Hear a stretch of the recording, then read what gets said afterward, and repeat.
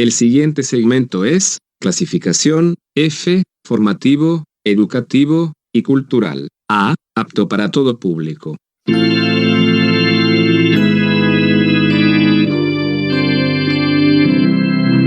Bienvenido a Hora de Estudio Bíblico con nuestro maestro el Dr. Lehman Strauss.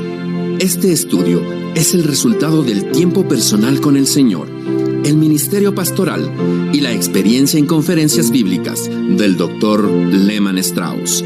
Él nos instruye y alienta con la enseñanza de la palabra de Dios. Ahora, el Dr. Strauss. Muchas gracias. Comenzamos este espacio de estudio bíblico confiando de que será de suma edificación y motivación para sus vidas espirituales. Necesitamos que oren por este programa y pidan a Dios que nos ayude en la preparación de los mensajes, los cuales son enviados a diferentes estaciones de radio y transmitidos por Internet, de modo que pueden llegar a miles de personas y solicitamos sus oraciones para hacerlo de la mejor manera. Bien, queridos amigos, este es nuestro estudio número 30 en la epístola de Pablo a los Filipenses y estoy muy ansioso para comenzar.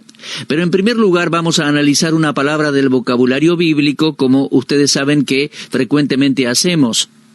La palabra de hoy es gozo. Es una traducción de la palabra griega jará, que significa un deleite del espíritu, una alegría en el hombre interior.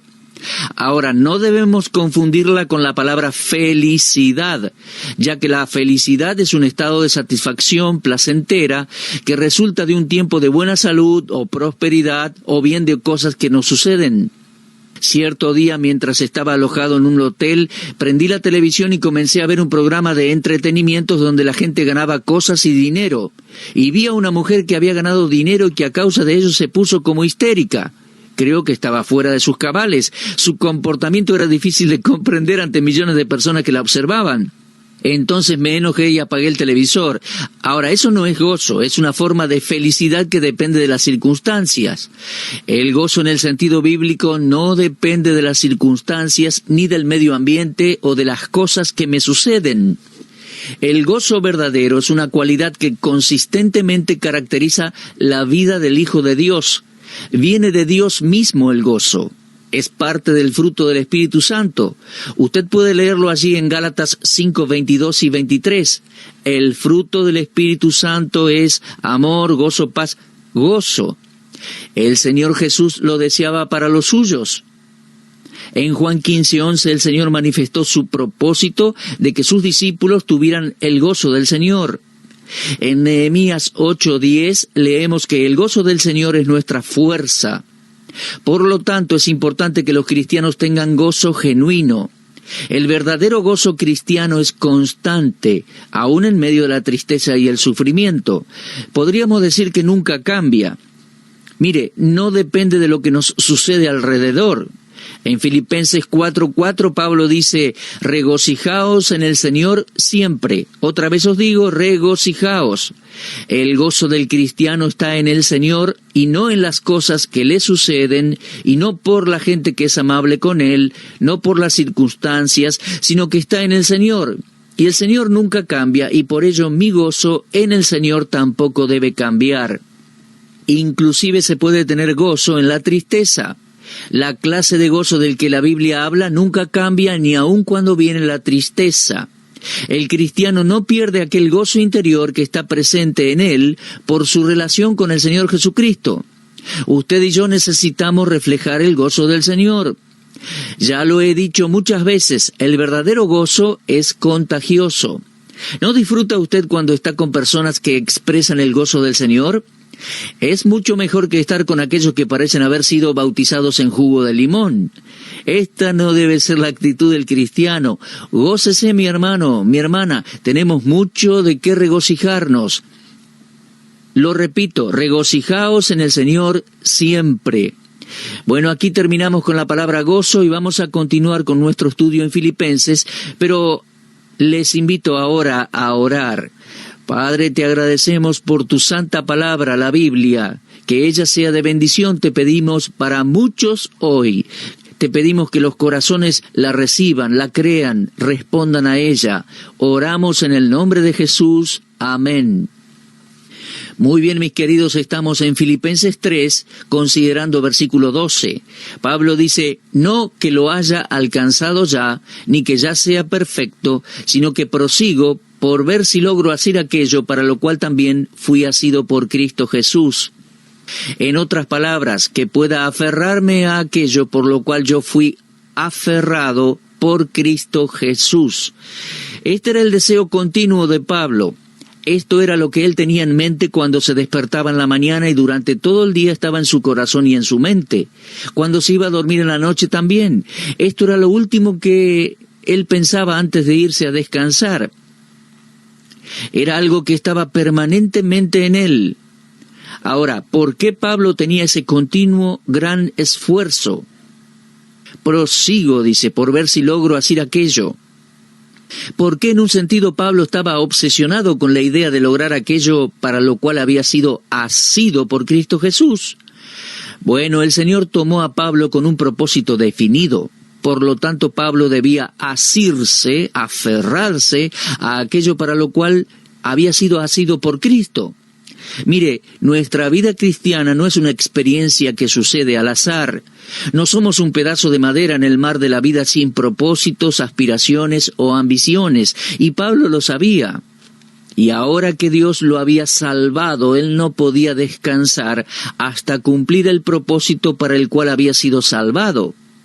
En otras palabras, él se esforzaba por una vida cuyo fruto permanecería cuando él fuera quitado del escenario terrenal. Yo no creo que exista algo que se compare con la realización que podemos tener cuando vivimos según el propósito para el cual fuimos redimidos. Por otro lado, no hay peor tragedia para un cristiano al final de su vida que darse cuenta amargamente que ha fallado en lograr aquello para lo cual su Señor lo salvó. Vivir y fallar en cumplir el propósito para el cual Dios me salvó sería la peor tragedia terrenal que pudiera pasarme. Y mis amados, esto podría ser también su peor tragedia, vivir y morir, terminar su tiempo aquí en la tierra y fallar en cumplir el propósito para el cual Dios le salvó. Y qué vergüenza será en el tribunal de Cristo si perdemos el rumbo acá abajo en la tierra. Pablo prosigue allí en Filipenses 3, 13 y 14 y dice, hermanos, yo mismo no pretendo haberlo alcanzado ya, pero una cosa hago, olvidando ciertamente lo que queda atrás y extendiéndome a lo que está delante, prosigo a la meta, al premio del supremo llamamiento de Dios en Cristo Jesús. Ahora bien, llegamos a conocer el secreto del gran éxito de Pablo como cristiano, y digo esto a pesar de sus fallas, porque Pablo también tenía fallas. Él era un especialista en esforzarse en lograr un propósito. No tenía una gran habilidad, pero si él se concentraba, nadie podía llegar a imaginar lo lejos que llegaría. Y Pablo tenía una pasión ardiente, quería lograr el propósito lo más rápido posible. Y para hacerlo no permitía que nada distrajera su atención. Ahora, observemos una cosa. Lea el versículo 13 y dice, una cosa hago. Pablo era un especialista en manejar una sola cosa. ¿Y qué era esa cosa? La voluntad de Dios para su vida. La expresión una cosa hago no está así en el idioma original, sino que ha sido puesta por los traductores. Pero surge la pregunta, ¿son necesarias estas palabras? Esta frase parece resumir el propósito ideal para el cristiano. Aún en la prisión, el corazón de Pablo estaba fijo en una devoción absorbente, dominante. Él estaba concentrado en una sola cosa. No permitía que nada cambiara su corazón del esfuerzo de conocer a Cristo y de hacerlo conocer. Fue a este propósito que María estaba dedicada cuando se sentaba a los pies de Jesús para escuchar su palabra. Podemos recordar allí, el Señor dijo en Lucas 10:42, una sola cosa es necesaria, y María ha escogido la buena parte, la cual no le será quitada. Ahora, esta sola cosa no es lo único que un cristiano hará, sino que más bien se refiere al propósito central de todo lo que él hará. La única cosa necesaria en la vida de María era sentarse a los pies de Jesús y aprender de su palabra. Y esto es lo único y esencial en lo que todos deberíamos involucrarnos. La única cosa en la vida de Pablo era lograr el propósito, es decir, la voluntad de Dios para su vida. Mire, todo en la vida puede ayudarnos a ser más como el Señor Jesús. El trabajo rutinario de cada día, los periodos de lectura y estudio, los momentos de descanso y relax, las pruebas y sufrimientos, todo esto tiene que ser usado para alcanzar el propósito de ser como Cristo. Cuando esta sola cosa esté siempre delante de nosotros, no responderemos desfavorablemente ante las circunstancias que se presenten, sin importar cuáles sean. Todo debe contribuir a conformarnos a la imagen de Cristo, de quien somos y a quien servimos. Para esto fuimos elegidos por Dios, porque dice Romanos 8:29, porque a los que antes conoció, también los predestinó para que sean hechos conforme a la imagen de su Hijo. Él predestinó para cada cristiano que sea como Cristo, para que sea conformado a la imagen del Hijo de Dios. Ahora bien, eso tendrá su punto final en el cielo, pero para lograrlo aquí en parte en la tierra, para lograr ese propósito, hay algunas cosas que debemos olvidar. Pablo dice en el versículo 13, olvidando ciertamente lo que queda atrás. Subrayen su Biblia, por favor, eso. Es posible que la memoria del pasado, en algunos sentidos, no contribuyan a acercarnos al propósito.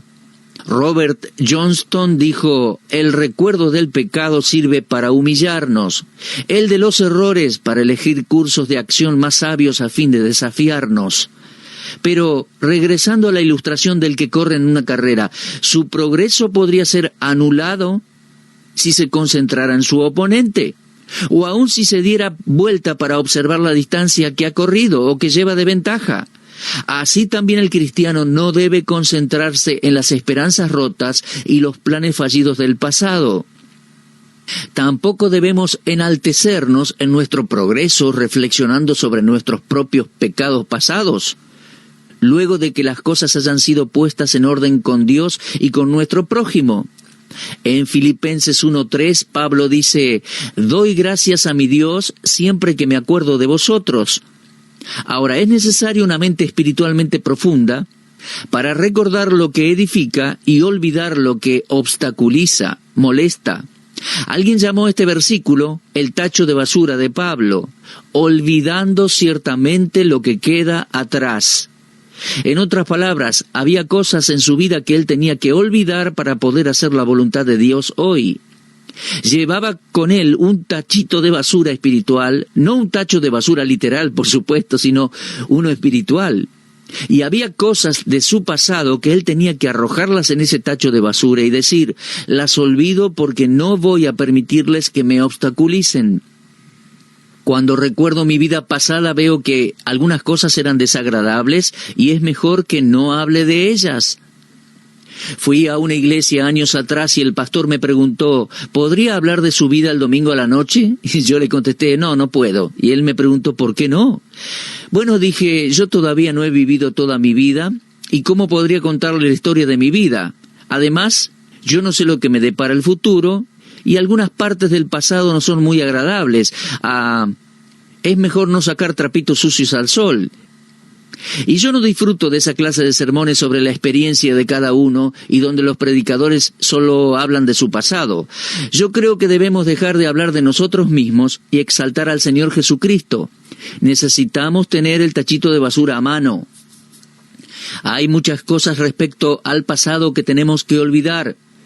De otra manera, esas cosas nos van a estorbar. La carga del mañana agregada a la del ayer y más la de hoy hacen que las personas más fuertes desmayen a lo largo del camino. En muchos de nosotros todavía prevalece esa tendencia a vivir en el pasado. Tenemos que despojarnos de ella. O nos apropiamos de los logros como si ya hubiéramos ganado, o bien viviremos con un espíritu triste a causa de nuestras fallas pasadas. Mis amados, esto no es bueno. Olvide el pasado, avance con la firme determinación cada nuevo día de parecerse más a Cristo. No mire su pasado de una forma que impida su progreso hoy o su progreso mañana. Mis amigos, la retrospección puede ser muy deprimente. Jesús dijo en Lucas 17:32, acordaos de la mujer de Lot. Respecto a ella, Moisés escribió en Génesis 19:26 que miró atrás, a espaldas de él, de su esposo, y se volvió estatua de sal. Mis queridos oyentes, no habrá un futuro brillante para el cristiano que pierde tiempo mirando en el pasado. Estoy hablando directamente a algunos de ustedes que son culpables de eso, ¿eh? ¿Cómo lo sé? Las cartas que recibo me dicen eso. Y además mi propia tendencia pecaminosa. Mis queridos, no hay nada que yo pueda hacer respecto a mi pasado, excepto hacer restitución a algunos con quienes estuve equivocado. Bueno, eso sí es posible, pero no puedo hacer nada más con mis fallas del pasado. Solo puedo agradecer a Dios porque Él ha perdonado mis pecados y me ha limpiado de toda esa maldad. Levantemos los hilos enredados de la vida y determinémonos, por la gracia de Dios, olvidar el pasado. Yo lo he arrojado al tachito de la basura. Yo voy a proseguir a la meta, al premio del supremo llamamiento de Dios en Cristo Jesús. Lo digo nuevamente, no hay un futuro brillante para el cristiano que pierde su tiempo viviendo en las fallas del pasado. Por el contrario, Pablo se concentra en lo que tiene por delante, y yo creo que esta es la verdadera manera de vivir. Este es el significado de las palabras extendiéndome a lo que está delante. Por favor, subraye esas palabras. Una vez en la carrera, el corredor debe tensar cada músculo mientras se esfuerza por lograr la meta. Mis amigos, ¿estamos esforzándonos para parecernos cada día más a Cristo? Amados, se nos pide poner los ojos en Jesús con toda la devoción y toda la dedicación del alma, mirando a Jesús con la firme determinación de ser como Él. Pablo continúa diciendo allí en el versículo 13, extendiéndome a lo que está delante. ¿Qué es lo que está delante? El deseo de conocer a Cristo tal como Él lo dice en el versículo 10. La carrera de la vida hace grandes demandas para nosotros, Ningún atleta en malas condiciones físicas ganó una carrera. Tampoco el cristiano puede esperar ganarla si no se cuida a sí mismo. Hebreos 12, 1 y 2 dice, por tanto nosotros también, teniendo en derredor nuestro tan grande nube de testigos, despojémonos de todo peso y del pecado que nos asedia, y corramos con paciencia la carrera que tenemos por delante, puestos los ojos en Jesús, el autor y consumador de la fe, el cual por el gozo puesto delante de él sufrió la cruz, menospreciando el oprobio, y se sentó a la diestra del trono de Dios. Mis queridos, la carrera aquí es la vida de fe y obediencia, aquel deseo de santidad personal que siempre mira a Cristo. El primer requisito para correr bien no es la velocidad, sino una disciplina propia y un esfuerzo vigoroso para poder alcanzar la victoria sobre el poder del pecado y asemejarse cada vez más a nuestro bendito Señor. Por eso es que para lograr el objetivo somos exhortados a despojarnos de cada gramo de la carne. Algunos cristianos deciden retener algún peso de pecado, alguna práctica mundana, y luego tienen la audacia de quejarse respecto a lo difícil que es ser un cristiano. Seguro que es difícil ser cristiano si no estamos viviendo en la voluntad de Dios. Por supuesto que es difícil ser cristiano si no dejamos de lado los pesos y los pecados que nos acosan. Es difícil si estamos constantemente recordando nuestras fallas, en vez de seguir adelante, pareciéndonos cada vez más a Cristo. La carrera de la vida es larga, se extiende a través de toda nuestra experiencia terrenal y requiere que saquemos todo lo que está dentro nuestro, todo peso. Cuando un estudiante de la preparatoria se gradúa, ha alcanzado un objetivo, pero ese es solo un comienzo. Ese ciclo sirvió para prepararlo para lo que viene por delante. Cuando va a la universidad tiene otro comienzo. Y la universidad no es el fin en sí, es solo también otro comienzo, un nuevo comienzo, es otro paso hacia adelante. Así vemos que la vida cristiana es una actividad continua hacia adelante. Nos matriculamos en la escuela de Dios, pero ninguno de nosotros nunca se gradúa. Esto es algo que debemos recordar siempre. Cuán importante es este texto de Pablo a los filipenses. Lo voy a leer de nuevo. Dice, no que lo haya alcanzado ya, ni que ya sea perfecto, sino que prosigo por ver si logro asir aquello para lo cual fui también asido por Cristo Jesús. Hermanos, yo mismo no pretendo haberlo ya alcanzado, pero una cosa hago, olvidando ciertamente lo que queda atrás y extendiéndome a lo que está delante, prosigo a la meta, al premio del supremo llamamiento de Dios en Cristo Jesús. Ser como Cristo es el paso final en nuestra redención. Cuando nuestro Señor regrese, cada cristiano habrá alcanzado ese propósito, porque lo leemos en 1 de Juan 3:2. Amados, ahora somos hijos de Dios y aún no se ha manifestado lo que hemos de ser, pero sabemos que cuando Él se manifieste, seremos semejantes a Él, porque le veremos tal como Él es. Cuando Cristo venga, todos los creyentes seremos transformados perfectamente a su imagen, pero la corona por la cual corremos no será ganada por cualquiera, sino solo por aquellos cristianos que se esfuerzan para lograr el propósito de la perfección en esta vida. Pablo estaba pagando un precio por su fe en Cristo mientras escribía esta misma epístola a los filipenses. Con persistencia de propósito, él prosiguió a la meta para ganar el premio. El premio estaba delante de él. Y mis queridos, no hay honor más alto, ni llamado más grande que el llamado de Dios en Cristo Jesús. ¿Estamos esforzándonos para terminar la competencia? ¿Nos damos cuenta de que todos debemos comparecer ante el tribunal de Cristo? ¿Somos conscientes que seremos juzgados por la vida que hayamos vivido desde que fuimos salvos? Algunas veces me temo de que algunos de los amados hijos de Dios han salido de la carrera. No están corriendo dentro de las marcas divinas. Si queremos alcanzar el honor, debemos seguir las reglas. En 2 de Timoteo 2:5, Pablo escribió, el que lucha como atleta no es coronado sino lucha legítimamente. Vemos que Pablo vivía teniendo en vista el final, o sea, la llegada. Y cuando la hora de la muerte llegó, él pudo decir allí en 2 Timoteo 4:6, yo ya estoy para ser sacrificado y el tiempo de mi partida está cercano. He peleado la buena batalla, he acabado la carrera, he guardado la fe. Mi amigo cristiano, sea un especialista. Busque conocer a Cristo como la única cosa por la cual usted debe vivir. Y si usted lo hace, la vida será menos triste y menos frustrante para usted, se lo aseguro. Mi querido amigo, ajuste su pensamiento como para concentrarse más en el Señor Jesús y menos en las cosas de este mundo y triunfará.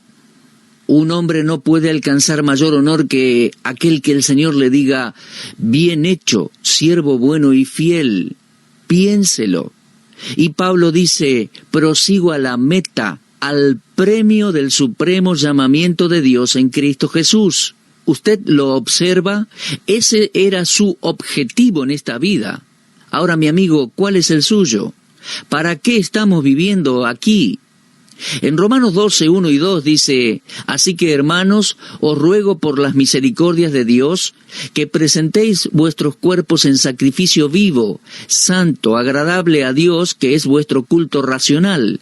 No os conforméis a este siglo, sino transformaos por medio de la renovación de vuestro entendimiento, para que comprobéis cuál sea la voluntad de Dios, la buena voluntad de Dios, agradable y perfecta. ¿Lo observa? ¿Lo escuchó? Romanos 12:1 y 2. Buena, agradable y perfecta. Esa es la voluntad de Dios para mi vida. Cristianos amados, díganme, ¿qué puede ser más importante que eso? Es una invitación a un gran descubrimiento. ¿Cuál es la voluntad de Dios para mi vida? Ese era el objetivo de Pablo. Todo lo que hacía, quería hacerlo como para Cristo, para poder ser de bendición a otros. Este es un gran texto para memorizar. Confíe en él, memorícelo, péguelo allí en su corazón y mente y póngalo por obra. Pablo dice, prosigo a la meta, al premio del supremo llamamiento de Dios en Cristo Jesús. Mi querido amigo y hermano, ¿cuál es su propósito en esta vida? ¿Y cuál es su propósito en este día? ¿Y cuál es su mayor ambición para el resto de su vida aquí en la tierra? ¿Cuál es la única cosa por la cual usted vive? ¿Es para acumular dinero? ¿Es para dejarle algo a sus hijos?